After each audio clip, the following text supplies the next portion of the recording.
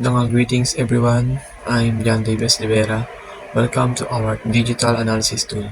Today we're going to walk through how this tool works, and I'll show you how the HTML and JavaScript come together to make it interactive. The body. Moving on the body, here's where the actions happen. The first thing we see is a big bold heading, Digital Analysis Tool. This is displayed in the center of the page using the center tab. Input section. Below the heading, we have the input section. This is where the user can enter a number up to 1 to 12 digits. We use the input tag with the placeholder, giving user a hint of the valid range. And the max length 12 ensures the number doesn't exceed 12 digits. The fourth one, button section. Next we have the buttons, the action package sections. There are 5 buttons, each calling a different function. When clicked, each button corresponds to a task, like counting digit, finding the most occurring digit, or even clearing all results. Count all digits in the number, count even digits only, count odd digits only, find the most frequently occurring digits, find digit, allow the user to search a specific digit, clear all, clears everything, the input and results. The fifth one, output section. Output section, this is where all the magic is displayed. After the user click a button, the result will appear in the PID display element. You see message like number of digits or most occurring digits showing up on the screen. Hello, this CSS code styles a web page with a dark, modern aesthetic and a focus on centered, visually appealing content. The body is centered using text-align center and has a dark greenish-black background color, while the font is set to a clean, sans-serif style using Verdana in Geneva and Tahoma. The H1 heading is styled with white text and enhanced with multiple text shadows, a dark green shadow, a bright green glow, and a subtle dark blue outline, giving it a glowing neon-like effect. The font size is set to 40 pixels, making it prominent on the page. The main container is designed as a flexible box display flex that centers its content horizontally, justify content center, and aligns items at the top, align items flex start. It is positioned slightly higher with a negative top margin. Margin top, negative 2%. The container has a solid dark green border, rounded corners, and a soft greenish shadow, creating a subtle depth effect. Its width is set to 55% of the page, and is centered horizontally using margin left auto and margin right auto. The background of the container features a GIF from Giphy, giving it a dynamic animated appearance, and the background is set to fully cover the container. Greetings, my name is Sheena Mae Regio. Let's break down the key properties we use to style the buttons. Width and padding. This control the size and spacing inside the button. Font properties. This property customize the text style. Border and border radius. This property add rounded corners and a border for a modern look. Background color and text color. This property make the button visually appealing and readable. To make the buttons more engaging, we add a hover effect. This changes the button's appearance when the user hovers over it. Greetings everyone, my name is Mikylla and I'm here to present our JavaScript project, and I'll be explaining the function of each button starting with the initialization process. At the very beginning of the JavaScript code, we perform a crucial step, which is the initialization. This step essentially sets up the variables that will be used throughout the rest of the code. By getting the output element, we get a reference to the PID display element where the results are displayed. We do the same thing as before, using document get element by ID, PID display. The graph the paragraph elements by its ID and assign it to the P output variable.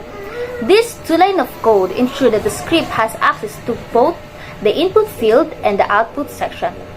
The rest of the functions can then use these variables to get the user's input and display the results accordingly. First, we have the isInputNumber function. This function ensures that the user's input is valid number before we process it. We take the input value and check if it's a number using is none text input value. If it's not a number, we alert the user that the input is invalid and return to false. Next, we check if the input is empty. If it is, we alert the user and again return false to prevent further processing. If the input passes both checks, we return it true, allowing further operations on the input. And the function of count all digits, let's move about it, which calculates the number of digits in the user input. First, we retrieve the input value from the text field and store it in text input val. Before proceeding, we use isInputNumber text input val to check if the input is valid. If it's not a number, we stop the execution. Now, we initialize a counter count equals to 0 and start looping through the number. In each loop, we divide the text input val by 10 using parseInt text input val to 10 to remove the last digit and decrease count. Hello everyone, I'm Liezel a Carpio. Today I'll explain how our count even function works, which counts the number of even digit in the given input. Let's go through it by step. So, step 1, retrieving the input. The first thing our function that is get the value entered in the text input field. We store these values in a variable called text input val. This allows us to work with the user input. So, next, step 2, validating the input. Next, we need to make sure that the input is actually a valid number. To do this, we call our helpful function isInputNumber text input val. This function checks if the input is a number and not empty. If it's invalid, we stop the function right away. So, next, step 3, initializing variables. So, if the input is valid, we initialize a counter variable called countInt and set it to 0. The counters will keep track of how many even digits we'll find in the number. So, step 4, looping through each digit. Now comes the main part. We use a while loop to go through each digit of the number. The loop continues running as long as text input val is not 0. So, step 5, extracting the last digit. So, this is inside the loop, we extract the last digit of the number using the modulus operator %.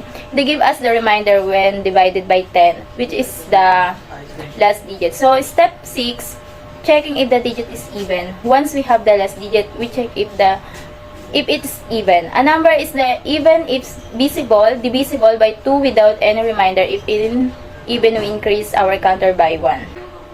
Greetings everyone, I'm Jayson Datinguinoo. Now let's go through the count-add function, which counts all the odd digits in a given number. This function is very similar to count even, but instead of checking for even numbers, it focuses on the odd ones. Let's break it down step by step. Step 1. Retrieving the input. The function starts by getting the user's input from the text box. We store this value in a variable called txtinputVal so that we can work with it. Step 2. Validating the input. Before processing the number, we need to check if the input is valid.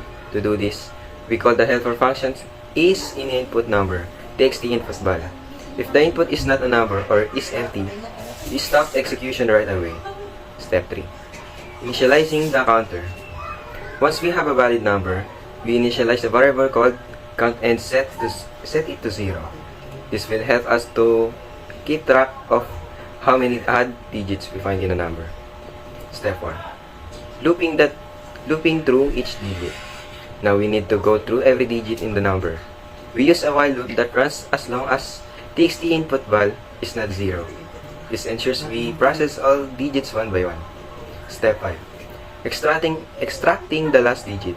Inside the loop, we extract the last digit of the number using the modulus operator %. This helps us analyze one digit at a time. Step 6. Checking if the digit is odd. Now, we check if the last digit is odd. A number is odd if it is not divisible by 2. If it's odd, we increase our counter. Step 7. Removing the last digit. After checking the last digit, we remove it by dividing the number by 10. We use parse int to ensure we get a whole number, effectively shortening the input for the next loop iteration. Greetings everyone, I'm Kurby Onda. So hello everyone, now let's get over the find most occurring function. This function helps us find the digit that appears the most in a given number. Let's break it down step by step. Step 1. Retrieving the input. The first thing we do in this function is print the number entered by the user. We store this in a variable called text input value so we can analyze it. Step 2. Validating the input. Before processing, we need to check if the input is a valid number. We call this input number or text input value, which ensure that the input contains only numbers. If it's invalid, we stop the function immediately. Step 3. Initializing variables. Now that we have a valid number, we set up two important variables. So number 1 is mass count. This keeps the track of the highest frequency of any digit. Number 2 is most occurring digit. This will store the most frequently occurring digit. Step 4. Looping through each digit. Next, we need to check how many times each digit appears in the number. To do this, we use a for loop that iterates through digits from 0 to 9. Step 5. Counting occurrences of each digit. Inside the loop, we take a temporary copy of text input value and initialize a count variable to 0. The variable will count how many times the current digit index appears. Step 6. Extracting and comparing each digit. Now we use a while loop to check each digit in the number. We extract the last digit using the modulus operator and compare it to the current digit. If they match, we increase the count. Step 7. The most occurring digit. Once we counted how many times the current digit appears, we compare it to the mass count. So, if the current digit appears more times than any previous digit, we update mass count and set a most occurring digit to this digit. If the count matches mass count, it means we have multiple occurring digit. So we add this digit to most occurring. Greetings, my name is Henrics Mateo. Step 1. Retrieving the input. The first thing we do is get the value from the input field and store it in a variable called text input value. Step 2. Validating the input. Before proceeding, we must check if the input is a valid number. We do this using our helper function isInputNumber. If the input is invalid, we stop execution immediately. Step 3. Asking the user for a digit to find. Next, we prompt the user to enter the digit they want to search for. We store the user's input in a variable called toFind. Step 4. Validating the search digit. We now check if the user entered a valid digit. If they entered a non-numeric value or left it blank, we alert them with an invalid input message and stop execution. Step 5. Searching for the digit. We initialize two variables. Contain. A boolean flag is set to false, indicating whether the digit is found. Digit to find. The numeric version of to find. Step 6. Looping through the number. We use a while loop to check each digit of the number. We extract the last digit using %10 and compare it with digit to find. If a match is found, we set contain to true and break out of the loop.